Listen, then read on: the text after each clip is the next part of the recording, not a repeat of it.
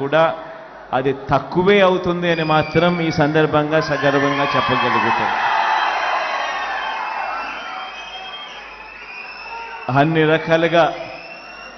అన్ని రకాలుగా మీ అందరికీ తోడుగా ఉంటామని మాత్రం మరొకసారి భరోసా ఇస్తా ఉన్నాను.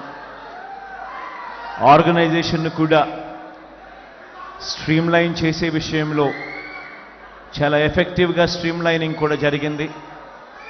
భార్గవ్ కూడా చాలా క్రియాశీలకంగా స్ట్రీమ్లైనింగ్ చేసే కార్యక్రమంలో తాను కూడా ముందుండి అడుగులు వేస్తూ ఉన్నాడు. అందరం కూడా మీ అందరికీ కూడా ఒకటి అష్యూరెన్స్ ఇస్తా ఉన్నాం, మీ వెనకాల ఉన్నది ఒక్క జగనే కాదు, మీ వెనకాల మీకు ఉన్నది ఒక వైఎస్ఆర్ కాంగ్రెస్ పార్టీ మొత్తం మీకు వెనకాల ఉంది అని మాత్రం చెప్తా ఉన్నాం.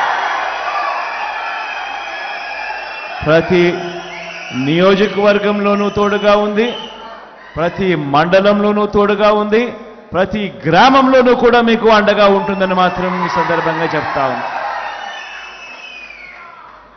ఈ విషయాలన్నీ కూడా మీ అందరికీ చెప్తూ సోషల్ మీడియా పరంగా మీరేదైనా అడగాలనుకుంటే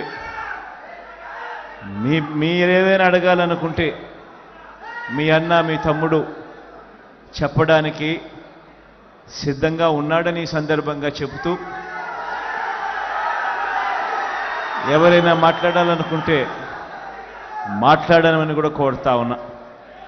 ఈరోజు ఎలాగూ అందరూ విశాఖపట్నానికి వచ్చారు. కొంతమంది విశాఖపట్నం వాసులు, కొంతమంది విశాఖపట్నం బయట నుంచి కూడా వచ్చిన వాళ్ళు ఈరోజు ఈ సిటీని చూస్తూ ఉన్నారు కదా, ఈ సిటీ ఆఫ్ డెస్టినీ అని. ఈ సిటీ ఆఫ్ డెస్టినీ అనేది రేపొద్దున ఆంధ్ర రాష్ట్ర డెస్టినీ అవుతుంది అనేది మాత్రం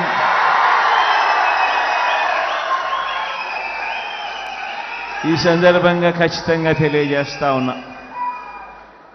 ఈ విషయం తెలియజేస్తూ ఎప్పుడైతే ఒక ముఖ్యమంత్రి వచ్చి ఈ సిటీలో కూర్చోవడం మొదలు పెడతాడో, ఎప్పుడైతే ముఖ్యమంత్రి ఈ సిటీ నుంచి పరిపాలన చేయడం మొదలు పెడతాడో, అప్పుడు ఈ సిటీ అన్నది హైదరాబాద్తో పోటీ పడే పరిస్థితి, చెన్నైతో పోటీ పడే పరిస్థితి, బెంగళూరుతో పోటీ పడే పరిస్థితి, ఐటీని ఈ స్టేజ్ నుంచి ఈ స్టేజ్కి తీసుకొని పోయే పరిస్థితి కూడా ఉంటుంది.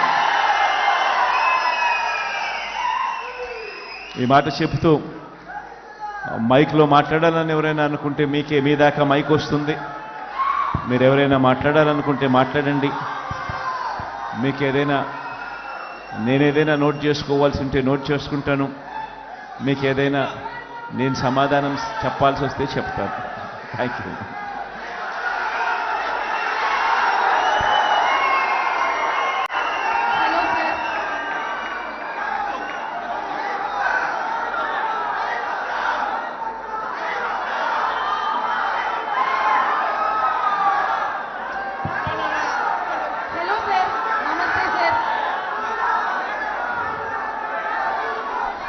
అందరూ కూర్చోవాలబ్బా, అందరూ కూర్చోకపోతే వెనకల వాళ్ళకి కనపడదబ్బా. అందరూ